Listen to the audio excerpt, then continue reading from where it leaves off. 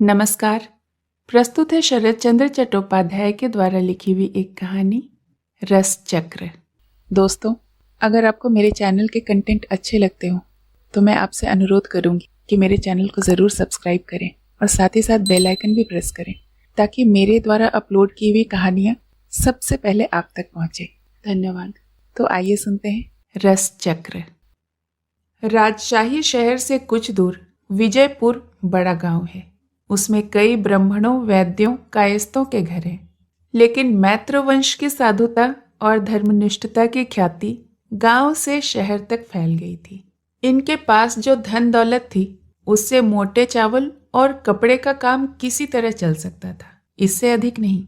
मगर कोई भी क्रियाकलाप छूट नहीं पाता था। मकान काफी जगह घेर कर बना था। बहुत से मिट्टी और फूस के घर थे। बहुत बड़ा सा चंडी मंडप था। इनमें से सभी सदा भरे रहते थे। लेकिन यह सब कैसे होता था? शायद ऐसा इसलिए होता था क्योंकि तीनों भाई कमाते थे।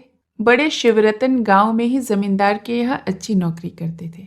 मंझले शंभू रतन शेयर की गाड़ी पर जिला अदालत में पेशकारी करने जाया करते थे। केवल चौथे विभूति रतन को धनी ससुर की कृपा से कलकत्ते के एक बड़े सौदागरी दफ्तर में नौकरी मिली थी। मंझले और छोटे भाई बचपन में ही मर गए थे। 2 दिन हुए दशहरा समाप्त हुआ है। देवी प्रतिमा का ढांचा आंगन में एक और एक घेरे में रखा हुआ है, जहां अचानक किसी की निगाह नहीं पहुंचती। उसका मंगल घट अब भी बेदी के बगल में उसी तरह रखा हुआ है। उसके आम के कोमल पत्ते उसी तरह सजीव हैं, अभी तक जरा भी नहीं मुरझाए। इसके नजदीक एक बड़ी दरी पर बैठे हुए तीनों भाइयों ने शायद खर्च वगैरह के बारे में अभी अभी बातचीत समाप्त की थी। विभूति रतन ने जरा इधर उधर करके संकोच के साथ हंसने जैसा मुंह बनाकर कहा, उस दिन सास जी ने आश्चर्यचकित होकर कहा था, तुम्हारी तनख्वाह का सारा रुपया एक साथ ही बड़े भाई के पास भेजना पड़ता है। फिर वह जरूरत के मुताबिक कुछ लेकर बाकी वापस भेज देते हैं। इससे हर महीने बहुत से रुपए डाक खर्च में देने पड़ते हैं। गृहस्थी के खर्च की बही तब भी शिवरतन के सामने खुली थी और उनकी आंखें भी उसी पर लगी हुई थी। वह कुछ अनमने ढंग से बोले, डाक खाने वाले मनी ऑर्डर के पैसे क्यों छोड़ने लगे? इसमें आश्चर्य करने की कौन सी बात है? विभूति की धनी सास की दृष्टि कुछ दिनों से लड़की और दामाद की उन्नति की ओर गई थी। शिवरतन को इस बात का संदेह हुआ था, लेकिन जबान पर वह जरा भी प्रकट नहीं हुआ। विभूति ने सोचा बड़े भाई ने बात को ध्यान से सुना नहीं, इसलिए जरा और साफ करते हुए कहा, जी हाँ, यही तो जान पड़ता है। इसीलिए वह कहती हैं सिर्फ आपकी जरूरत के लायक ही अगर। शिवरतन ने आंखें उठाकर देखा, मेरी जरूरत को तुम लोग कैसे जानोगे? उनके चेहरे पर उसी तरह सहज और शांत भाव देखकर विभूति की हिम्मत बढ़ गई। उसने खुश होकर कहा, जी हाँ, इसीलिए उन्होंने यह कहा था। आपकी चिट्ठी पत्री में उसका कुछ आभास रहने पर यह फिजूल खर्ची नहीं होती। शिवरतन ने हिसाब की बही में फिर आंखें गड़ाते हुए कहा, उनसे कहना कि बड़े भाई इसे फिजूल खर्ची नहीं समझते हैं। चिट्ठी पत्री में आभास देना भी जरूरी नहीं समझते। जोगिन चिलम भरला।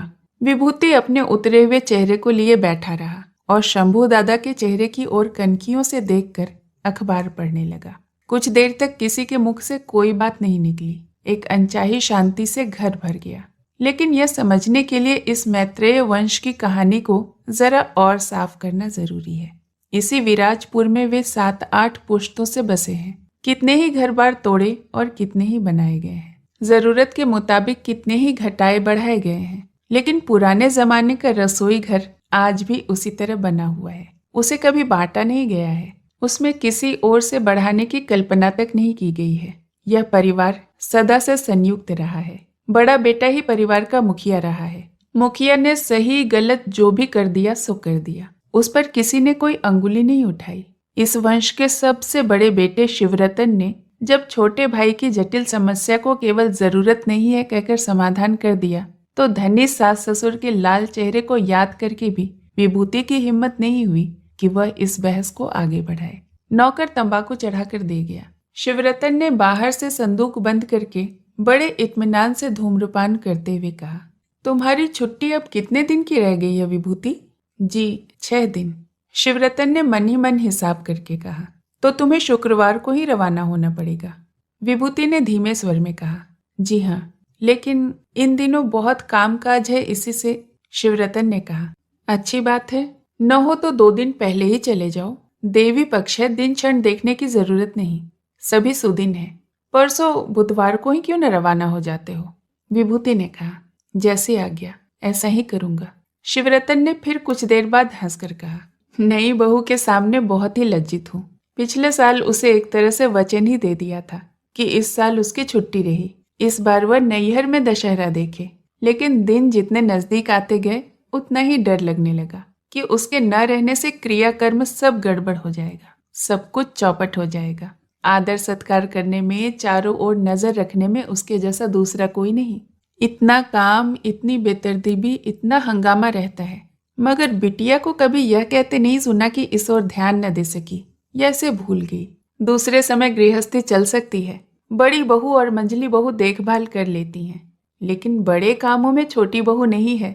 इस बात को याद करते ही डर के मारे हाथ पैर सिकुड़ जाते हैं, किसी तरह हिम्मत ही नहीं बनती। यह कहकर वह फिर से चुपचाप धूम्रपान करने लगे। बड़े भाई के अंदर नई बहू के बारे में पक्षपात का भाव था। इस बात को लेकर घर में बहस होती रहती थी। एक ईर्ष्या का भाव भी था। बड़ी बहू तो गुस्से में आकर बीच बीच में सुना भी दिया करती थी, और मंझली बहू पीठ पीछे ऐसा प्रचार करने से बाज नहीं आती थी कि छोटी बहू को बड़े आदमी की लड़की होने के कारण यह खुशामद की जाती है। नहीं तो हम दोनों बहुएं जब 11 महीने गृहस्थी का बोझ संभाल सकती हैं, तो क्या दशहरे के महीने को नहीं चला सकती? बड़े आदमी की लड़की न आए तो क्या देवी की पूजा रुकी रहे? ये सारे शब्द वेदी वाण यथास्थान पहुंचते थे, मगर शिवरतन न तो विचलित होते थे और न ही विरोध करते थे। शायद जरा मुस्कुरा भर देते थे। विभूति अधिक कमाता है, उसे 12 महीने कलकत्ते में ही रहना पड़ता है, अतः वहां नई बहू के बगैर काम नहीं चल सकेगा। यह बात अच्छी तरह समझते थे, मगर नासमझों का दल किसी तरह समझना नहीं चाहता था। उसे गृहस्थी के सारे छोटे मोटे काम साल भर नहीं करने पड़ते। केवल महामाया की पूजा के उपलक्ष्य में इसी समय अचानक आकर सारी जिम्मेदारी, सारा कर्तव्य अपने हाथों में लेकर उसे निर्विघ्न समाप्त करके बाहर और घर की सारी ख्याति अर्जित करके वह चली जाती है। उसके न रहने से ये सारी चीजें मानो होती ही नहीं, मानो सब कुछ तितर बितर हो जाता। लोगों के चेहरों और आंखों के इन सारे इशारों से औरतों का दिल जल उठता था। कार्य प्रयोजन के समाप्त हो जाने पर इस बात को लेकर हर साल कुछ न कुछ झगड़ा हो ही जाया करता था। विशेष करके माँ आज भी जीवित है और वह अब भी घर की मालकिन है, लेकिन अवस्था अधिक हो जाने के कारण दूसरों की भूल चूक दिखाकर फटकारने और गाली गलौज करने को अपने हाथ में रखकर मालकिन की बाकी बची हुई सारी जिम्मेदारियों को स्वेच्छा से बड़ी और मंझली बहुओं के हाथों में सौंपकर निश्चिंत हो गई है। वह नई बहू को फूटी आंखों से भी नहीं देख सकती। वह सुंदरी है, बड़े आदमी की लड़की है, उसके पास गहने कपड़े जरूरत से ज्यादा हैं। उसे गृहस्थी नहीं चलानी पड़ती, वह चिट्ठी लिख सकती है।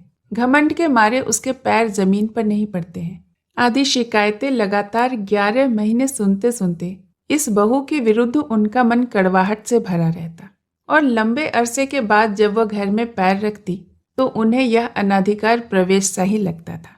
कल से एक बात उठी है कि धरनी सान्याल के घर की महिलाओं के सकोरों में 2-2 संदेश कम पड़ गए थे, और इसलिए कम पड़े थे कि वे गरीब हैं। यह बदनामी केवल गांव में ही नहीं बल्कि सारे शहर को पार करके विलायत तक पहुंच जाना चाहती है। यह बुरा समाचार मालकिन के कानों में तब गया जब वह पूजा करने के लिए बैठ रही थी। तब से 36 घंटे बीत गए हैं।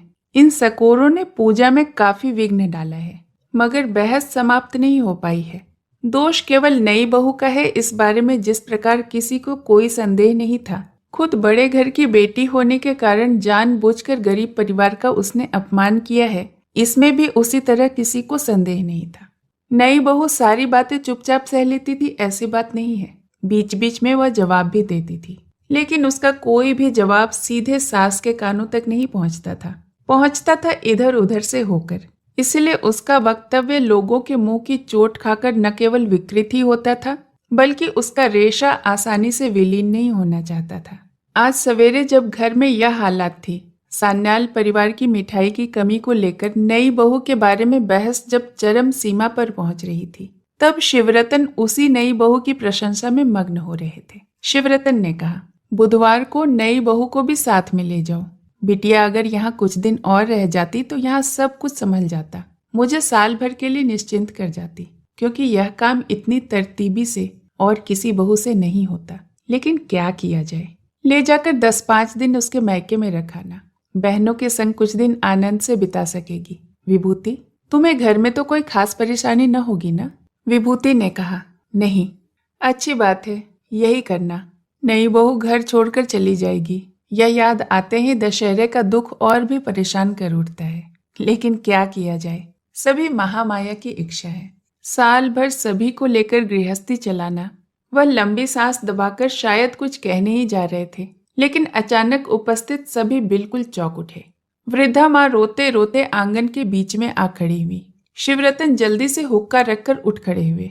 माँ ने रोते रोते कहा, शिबू, मेरे गुरु की कसम रही, अगर तू इसका फैसला नहीं करता है तो तेरे घर में अब मैं जल भी ग्रहण नहीं करूंगी। नई बहू बड़े घर की बेटी है, आज उसने मुझे जूता फेंक कर मारा है। सामने वज्र गिरता तो भी शायद भाई अधिक नहीं चौंकते। विभूति का चेहरा डर से फीका पड़ गया। शिवरतन चौंक कर बोले, नई बहू ने? या क्या कह रही हो माँ? माँ उसी तरह रुंधे गले से बोली, वह जो नई बहू है बड़े घर की बेटी है। जो भी हो, जब गुरु का नाम लेकर कसम खाई है तो घर में रखकर बूढ़ी माँ को अब और मत मारो भैया। आज ही काशी भेज दो, जाऊं उन्हीं के चरणों में आश्रय लूं। देखते देखते लड़के लड़कियां नौकर नौकरानियों की भीड़ जमा हो गई। शिवरतन ने अपनी छोटी लड़की गिरिबाला की ओर देखकर कहा, क्या हुआ है रे गिरी, तू जानती है? गिरिबाला ने सिर हिलाकर कहा, जानती हूँ पिताजी। उसने सान्यालों के सकोरों में सौंदेश कम होने की कहानी विस्तार पूर्वक सुनाई और कहा, दादी नई चाची को बड़ी गालियां दे रही थी पिताजी। शिवरतन ने कहा, फिर? लड़की ने कहा, नई चाची चुपचाप झाड़ू लगा रही थी, सामने काका के नए जूते पड़े हुए थे, उन्हीं को पैर से फेंक भर दिया था। शिवरतन ने प्रश्न किया, फिर? गिरी ने कहा, एक जूता छिटककर दादी के पैर के पास जा गिरा था। शिवरतन ने केवल हूं कहा। माँ की ओर देखकर बोले, अंदर जाओ माँ, इसका फैसला अगर नहीं होता तो काशी ही चली जाना। एक एक करके सभी चले गए, केवल तीनों भाई चुप बैठे रहे। नौकर चिलम भर के दे गया, तमाकू जलने लगी। शिवरतन ने उसे छुआ तक नहीं। करीब आधा घंटा इसी तरह चुपचाप बैठे रहकर अंत में सिर उठाकर बोले, विभूति? विभूति ने आदर से कहा, जी। शिवरतन बोले, तुम्हारी पत्नी को तुम्हें छोड़कर और किसी को सजा देने का अधिकार नहीं है। विभूति ने आशंका से भरे हुए क्षीण स्वर से कहा, आदेश दीजिए। शिवरतन बोले, इस जूते को तुम अपनी पत्नी के सिर पर रख देना, आंगन के बीच में वह सारी दोपहरी खड़ी रहेगी, यही मेरा आदेश है। आदेश सुनकर विभूति के दिमाग में बिजली कौंध गई। अपने सास ससुर का चेहरा, साली सलहजों के चेहरे, नौकरी की बात, पत्नी का चेहरा, सब कुछ एक ही साथ याद आकर भय और चिंता ने उसके चेहरे को मलिन कर दिया। उसने भर्राई हुई आवाज में कहना चाहा, लेकिन बड़े भैया, दोष का विचार किए बगैर ही। शिवरतन ने शांत स्वर में कहा, माँ अपने को बहुत अपमानित महसूस कर रही है, इसे तुम लोगों ने भी देख लिया है। उनका कौन सा कसूर है, कितना कसूर है, इसके फैसले का भार मेरे ऊपर नहीं है। जिनका फैसला कर सकता हूँ उनके प्रति मेरा यही आदेश है। अब आगे क्या करना है उसे तुम जानो। विभूति ने कहा, बड़े भैया, आपका हुक्म सदा सिर माथे पर रखता आया हूँ, कभी कोई स्वतंत्रता नहीं पाई, आज भी वही होगा। लेकिन इस लेकिन को वह भी समाप्त नहीं कर पाया। शिवरतन भी मुंह लटकाए बैठे रहे। विभूति ने कुछ देर तक चुपचाप रहकर शायद बड़े भैया से किसी बात की आशा की थी, लेकिन जवाब न पाकर उठते हुए उसने कहा, बड़े भैया, मैं चला। फिर धीरे धीरे वह अंतःपुर की ओर चला गया। शिवरतन ने कुछ भी नहीं कहा, वह उसी तरह मुंह लटकाए बैठे रहे। दशहरे का दिन था। आज भी आत्मीयों, अनात्मीयों, रिश्तेदारों, पड़ोसियों, लड़के लड़कियों, नौकर नौकरानियों से घर भरा हुआ था। इसी के बीच जो नई बहू उनके प्राणों से अधिक स्नेह की पात्री है, उसी का इतना अपमान, इतनी कड़ी सजा कैसे होगी, इसे वह खुद भी नहीं सोच पाए। उनकी झुकी हुई आंखों से गर्म आंसुओं की बड़ी बड़ी बूंदें टपककर फर्श पर झरने लगी, लेकिन विभूति कहकर एक बार पीछे से नहीं पुकार सके। मन ही मन निरंतर कहने लगे, किंतु माँ जो है, उनका अपमान जो हुआ है। कहानी सुनने के लिए आपका बहुत बहुत धन्यवाद।